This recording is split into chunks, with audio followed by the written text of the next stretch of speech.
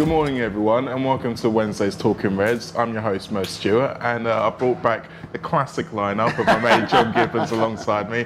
I didn't want to say the most popular because they all get upset about it, so we'll say classic lineup.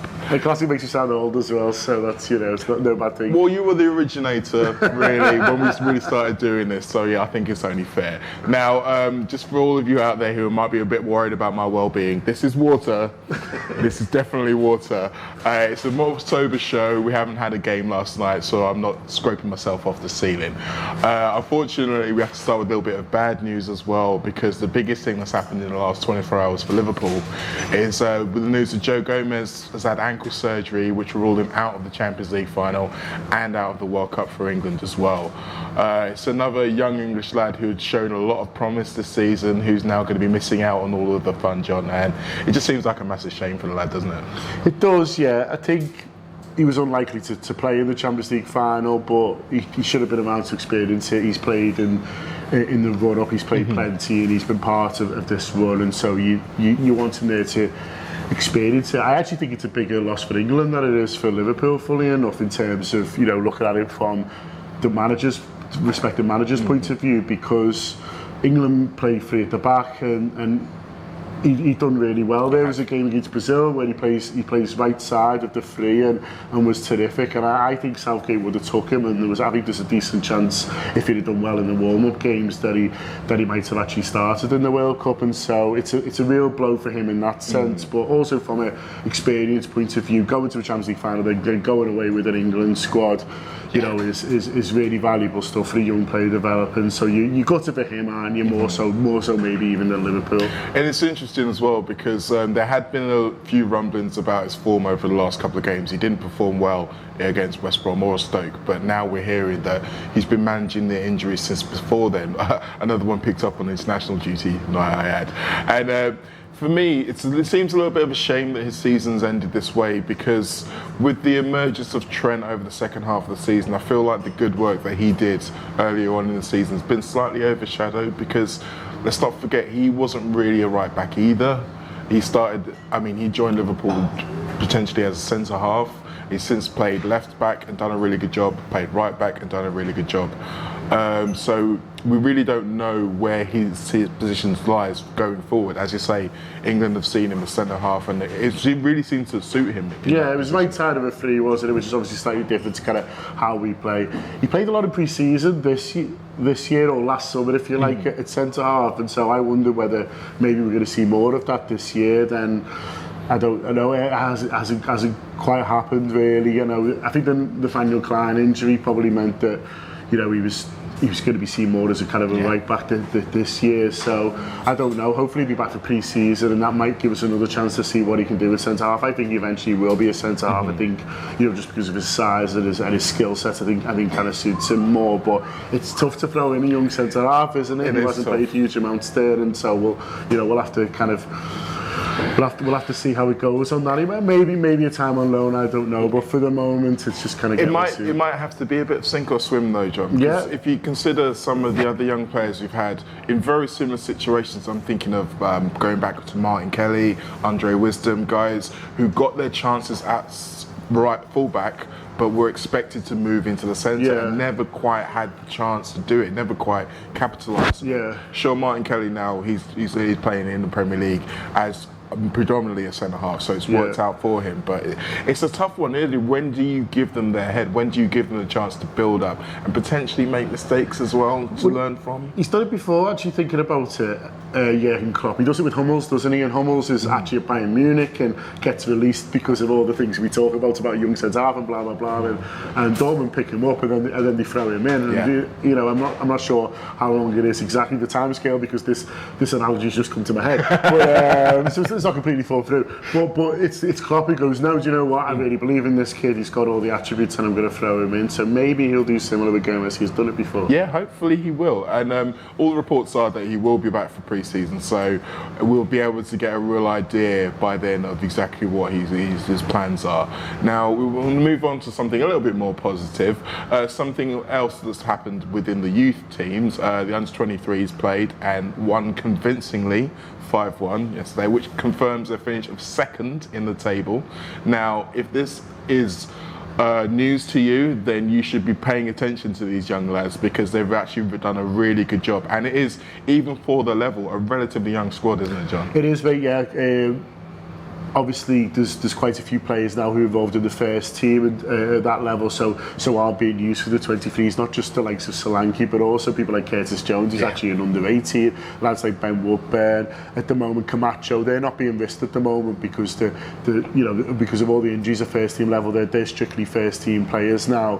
And then if you think about the lads who are on loan, the likes of Harry Wilson, Shea Ojo, Marco Grujic, Obijaria, yeah. His first goal at the weekend. He did, yeah, so big up to him. But like, if you think about all those guys who are out on loan at the moment as well, this is a very young under 23s team. It's mainly 17, 18, 19-year-olds, and you know, a lot of credit goes to the manager Neil Critchley because he's gelled them really well together. He's got really good performances out of them, and it was another standout performance from Adam Lewis, who plays left back, who's been absolutely brilliant this season, and wouldn't surprise me to see him the next one who emerges because 2 more assists last night. He's great at set pieces, he's brilliant going forward, he can tackle as well like any good young Scouse lad can, and so like, you know, he's had a real breakthrough season, so watch out for him in pre-season this year.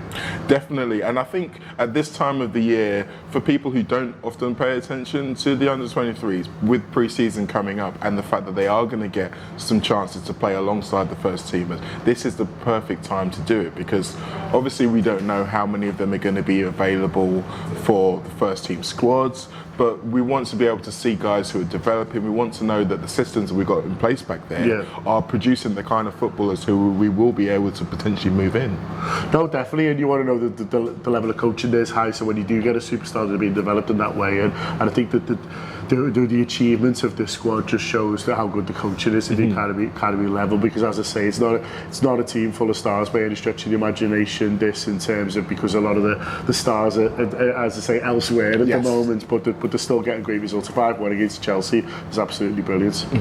And another result that was really worth celebrating was Liverpool ladies managed to get a 1-0 win over Manchester City, who had reached the semi-finals of the Champions League, so they're certainly no mugs. It's a fantastic result for them.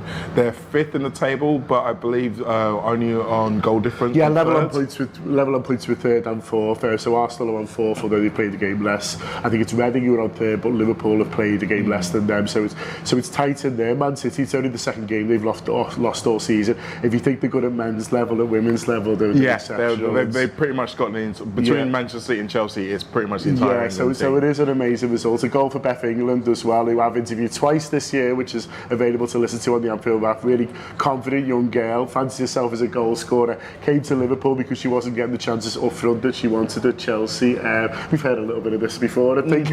This sort of thing. Beginning to be a theme. But is the goal scorer and the hero, so good luck to her, and hopefully Liverpool can keep hold of her because she's got a great mentality as well. Although she did do Chelsea a favour by scoring that goal against their rivals. maybe she had a bit of extra motivation to help her mates out at home as well. Yeah, we'll see. But again, it's another fantastic result for the ladies, and at the end of what's been an up and down season, it's probably fair to say it's nice to see that they're still pushing towards the top level of the league there. Now, in pretty much just before we came to this wonderful place, which we'll be talking a little bit more about later, there was a statement released by the Liverpool Football Club on behalf of the family of Sean Cox regarding an update, and it's basically them saying that a massive thank you to the supporters of Liverpool, from not just from the city of Liverpool, but from worldwide, and the people of Ireland as well, who've offered their support to the family. They've been overwhelmed by all of the letters and all of the hope that has been brought through. Unfortunately, he's still in a critical condition, but they are saying he's a fighter, and they truly believe that he's going to be able to come through with this. And we all here obviously wish him all the best.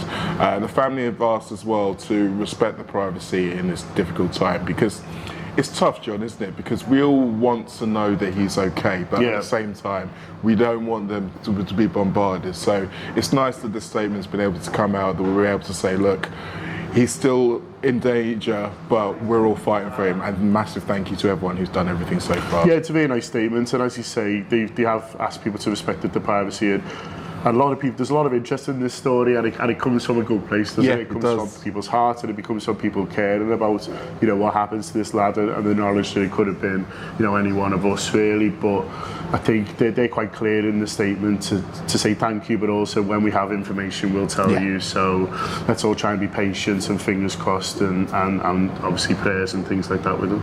Very much so, and here's hoping that this story has a fantastic ending whenever it comes. Just like the Liverpool one. Oh. Well, that we're getting into movie territory now. We are going to go and look at all that's happening in the papers, but I want you to take a few moments to kind of grasp the surroundings that we are in. We're in a beautiful restaurant of Heritage here in Liverpool on Castle Street. It's I must admit the smells have been distracting me throughout the whole of this video, so I'm going to go and tuck into some food later on. But John's had a nice little chat with Alex, the owner here, which you're going to be able to see right now. And now I'm with my buddy Alex from Heritage, wonderful new restaurant on Castle Street, and I just thought it'd be good to Alex to talk to you about what happens in a city from your perspective when Liverpool go on a brilliant Champions League run, because you've got this new place, Heritage, but you've worked in restaurants your whole life really, and so you must sense the energy, the buzz, the excitement, the influx of people when we go on these brilliant runs. It is, it's like that. It's like when you can smell summer in the air, there's just something there, and there's people everywhere, that everyone's together. It's absolutely bouncing. It's something else, that's what it is. Yeah, I mean, Liverpool's energetic at the best of times, but when you start getting, people from, just piling into the city as well, and it's just all anyone ever wants to talk about. I mean, you go to the barbers, you go to the supermarket, people just saying, like, you're going to Kiev, are you going? You're going there, that's exactly what it is. People are just together, they're in and out, they're talking, they're bouncing, as I say.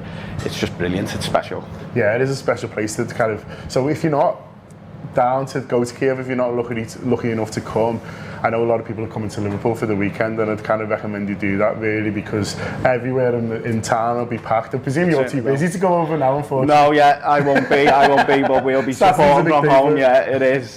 We'll be supporting from here, obviously, but yeah, no, it's just fantastic. Yeah, and obviously hopefully, fingers crossed, we win the final, and then there'll be a parade the next day as well. But before all that, we've got a big game against Brighton at the weekend to try and get through. Yeah, that's something to fight for now. Are you open Sunday? We certainly are. Breakfast, lunch, and then dinner.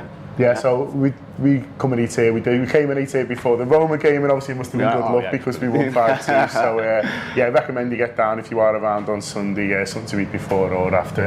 Alex and the team will look after you. We certainly will. Thank you. Cheers. Back to Mo. So we're back with the papers, and a lot of the things that have happened over the last week or so have been put a little bit of a dampener on some of the Liverpool fans' passions, or maybe even predictions regarding the Champions League final. But luckily, the Echo are here to put all our minds at rest, John. Yeah, they've done a really good story, which shows that because I was saying to you yesterday, I was like, I think we'll get in the top four. I think we'll do the business either by other teams doing us a favour or Liverpool winning at the weekend, or possibly both. Right? So I think we're going to get there. So I'm not too worried about that. It's more about kind of, I wish we were going into the final with better form. But this thing that the Echo have done shows that basically we never have gone into in decent form. So here is the article. I'll show you that there. It goes through all the times we've got to the finals. I'm going to just going to focus on the ones that win it, because I don't care about the ones that we got beat. So 04-05. Obviously, the last one, Istanbul. We got 8 points from the final 7 league games under Rafa, and obviously ended up finishing 5th behind Everton, quite famously. But yeah, 8 points from the last 7 games. In 83-84, which is one of Liverpool's greatest ever teams, they win a treble that year. You can't call it the treble, you Man United fans get annoyed, but they win the League Cup, and also obviously the European Cup as well. 2 wins in the last 8 league games there. 80-81. Liverpool actually had a pretty poor season in the league generally. They came 5th that year, but managed to win the European Cup.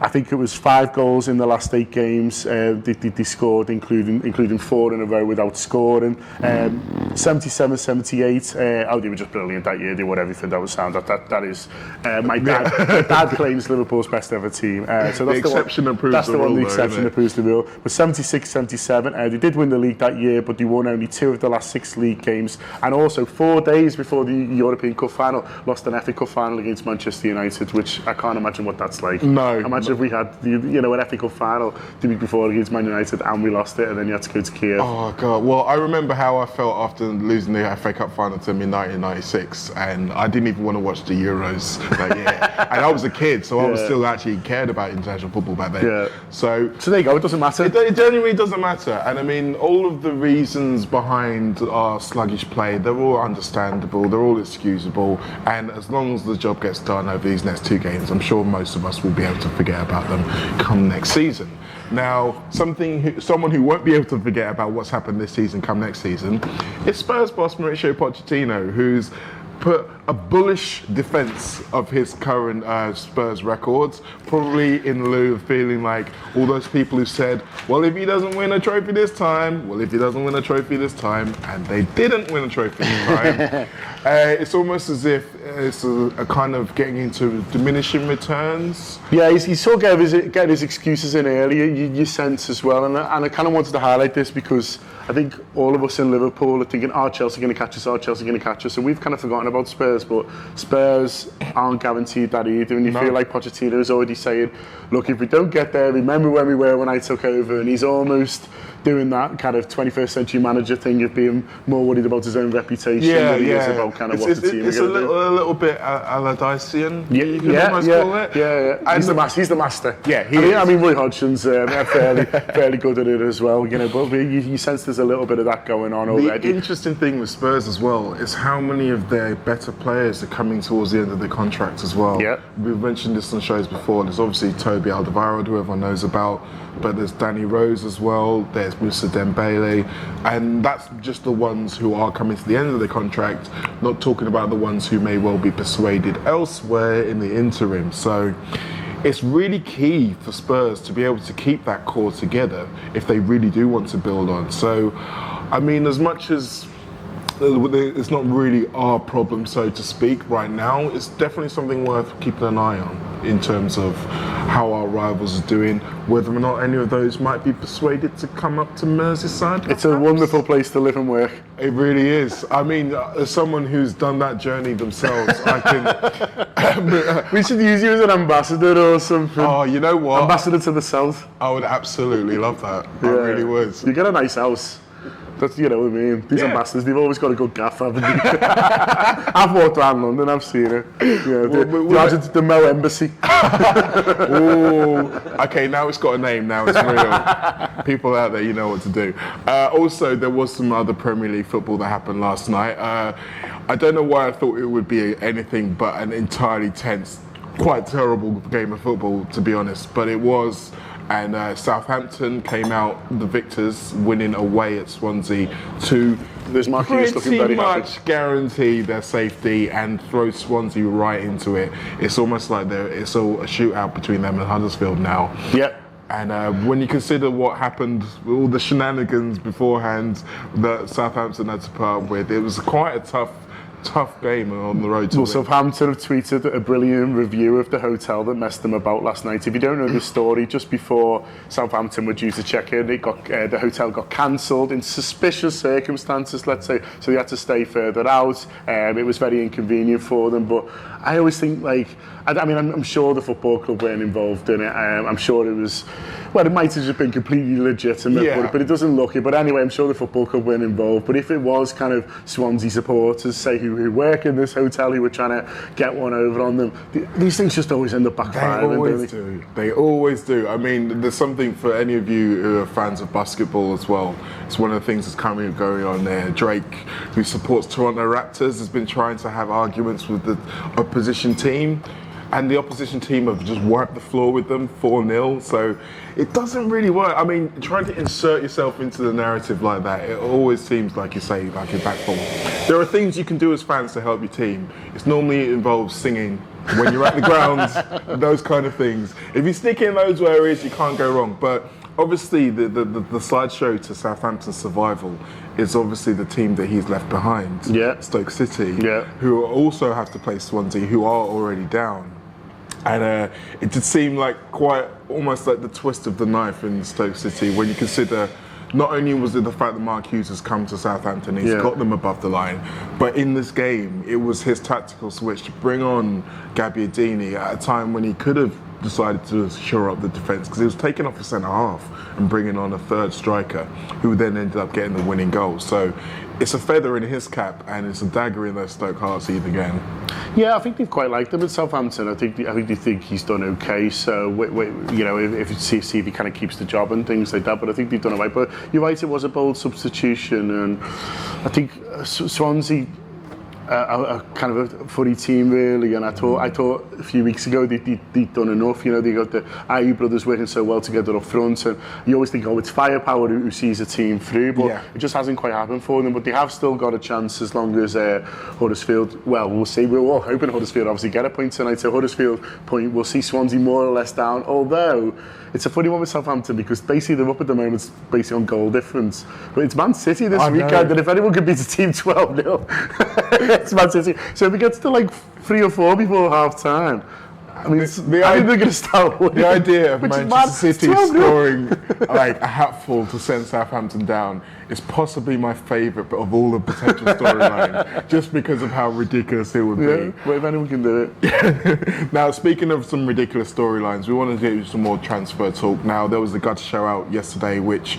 I really enjoyed. I suggest you would too if you listen to it. It runs the full gamut of all of the names that we've been linked with so far, but we'll start with a little bit further afield. There's been a lot of the stories. This is the one on the back of the Eye or the Independent, which is Marina prepared to swap Martial for Willian at Chelsea. There's a story in the Mirror as well that they're looking to swap Martial maybe out for Pulisic, who's a player that Liverpool have linked with, and one that we discussed quite heavily in the gutter this week. But it's just a funny one with Martial really, because there seems to be a bit of an acceptance that he's open for offers. Marino's open for offers with him, and you know, considering where he come from, when he arrived with all that money. He makes a huge impact on his first game, unfortunately, against Liverpool, so we all remember it. And you wonder what's happened there, but he's still a young lad, lots of talent. And I mean, I just wonder, is he the next Kev De Bruyne? Is he the next Mo Salah? Is he the next Lukaku? He really could be. I think if you're looking at it from the outside in, me personally, it really does look like Martial and Mourinho aren't meshing together. Yeah. And Anthony Martial said, well, okay, it seems like Mourinho's got the backing of the board, so it's going to be me that has to leave rather than him. Mourinho sounds like, well, if I can get another piece for him, then we're happy to shop him around.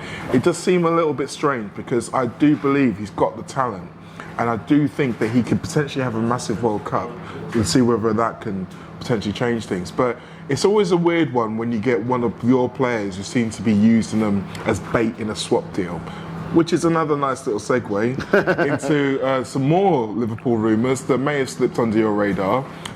Pepe Reina, who may be making a sensational comeback to Liverpool when potentially using Simon Mignolet to go the other way. Now, the rumours are that he's going to be coming in as the number 2, so he would be there to back Karius up, to maybe help him through some of the sticky patches he's had recently. But that rumour does suggest that we are looking at Karius as our number 1. Now, there are lots of machinations in this story because Reina's also been touted as going to AC Milan as a replacement for Donnarumma, who goes to Juventus as a replacement for Buffon, and that's a first team job. So, I mean, are we looking into this with our hearts rather than our heads, John? Do you think this one's got a chance of happening? I mean, I'm not sure. It depends on what he wants at this stage of his career, really. I mean, you watch a lot of Italian football, and you know he's been involved in a title challenge this season. He's still a great keeper, kind of playing as a number 1. So would you then come as back to Liverpool as a number 2? I know he liked the area. He lived in the south end of Liverpool, which is of course the only way to fly. And so he was, you know, he was doing it right here rather than all the Formby boys up there in the sticks. And so, you know, maybe just misses the city, Mo. Maybe he misses the cavern, misses Lyle Lane. I know I would if I moved away. Well, you can't because you're obviously the ambassador to the south for Liverpool. So you kind of need to be here. But yeah, I don't know. I think if I was Pepe Reina, I'd be thinking I've got another season of first team football ahead of me. But I hope he does. It'll certainly liven up the League Cup. Yeah. Oh, come on, we got to give him more than the League Cup. But I mean, the knock-on effect as well is that if Liverpool are going to pull out of the deals with Alisson because of the price, because it sounds like Roma are setting themselves up to say, we're going to fleece you. Salad tax. Salad tax, exactly. And if we are going to move away from that, then this is arguably probably the most positive looking alternative that we can go for, rather than maybe looking at someone like Jan Oblak, who would again be the same amount of money. If we're going to say, okay, we want Karius to be number one, which I think still makes a lot of people nervous, the idea of having that beautiful bald safety blanket coming back would probably placate quite a few people. Beautiful bald safety blankets. Don't know where that came from. I really don't. It's a gorgeous line, though. I was just thinking of him in my mind's eye, and I was just like, yeah, just seeing him beaming smile, running towards the fans. Yeah, who wouldn't want to see that again? You're my beautiful bald safety blanket. Oh, mate. Right here, this guy. A lot of love in the room, what can I say? And speaking of love, I'm all about segues today. You may have heard from the Anfield Wrap that we are nominated for the Viewer's Choice in the British Podcast Awards. The voting is still going for another 9 days, I believe. So any of you who haven't voted for us, we would quite like to win this one. We've got a brand new studio. There's a nice little space for it. So just log on to www.britishpodcastawards.com/vote. Look for our little logo and give it a click. Now, I've already mentioned that there's a new Gutter show that's just come out, and you lucky people are going to get a nice little snippet of it now. I tell you, you will want to listen to the whole thing, but this is just a little taste coming up for you right now. Come and sign for us, and we'll work across the next 3 years to make you the best player in the world. That's the sell. That's without the plan. games, though, his agent might wonder. But he will get games. I mean, we can see right now we'd be getting games at the minute. I think it would be the idea of what we're not going to do is we're not going to bring you in and make you be the main man, because you shouldn't want to be the main man at this age. That's hard for you. What you actually need to do is to go somewhere and be part of a functioning machine that you can come in and out of, and we can look after you, and we can look at your game time, and we can increase it year on year, and we can put a plan in. But we'll also have you if we need you in the event of some sort of backlog of fixtures or injury, and then we go from there with you, and you become one of these lads, but you're also learning from them, and you're growing and you're improving, and we're getting you tactically switched on. I don't think it's I think that it's more complicated when you're dealing with lads who are 22, 23, 24, who are used to starting every week and who are of a certain age. I think that becomes more difficult, to be honest with you. For me, if Pulisic's going anywhere, if Pulisic wants to become the big fish in a certain sort of style of pond and keep getting regular games, he's probably best served to stay where he is than he is to go and look to move upwards and onwards. But if he's looking to grow, improve, and begin a journey as a footballer, or take his next step on a journey as a footballer, there's nowhere better he could do it than this Liverpool side at the minute. And I think that's what we're looking at now. You thought that was the end, didn't you? It's not the end. We've got even more information for you. There was another show that's going to be out today, The Big Question, and I believe you're on that show. I was on that. We recorded it last night. It's a new show that Gareth Roberts is hosting when we get into kind of big questions around football in general, but obviously try and be Liverpool focused. This one's on the idea of fairness in sport and in football in particular. So we look at, when we talk about we want football to be fair, what do we mean by that? Do we mean, should Man City, PSG be allowed to do what they've done in terms of blowing out everyone out of the water in terms of spend, in terms of referees? What's deemed fair there is VAR, something that's going to make it more fair and things like that.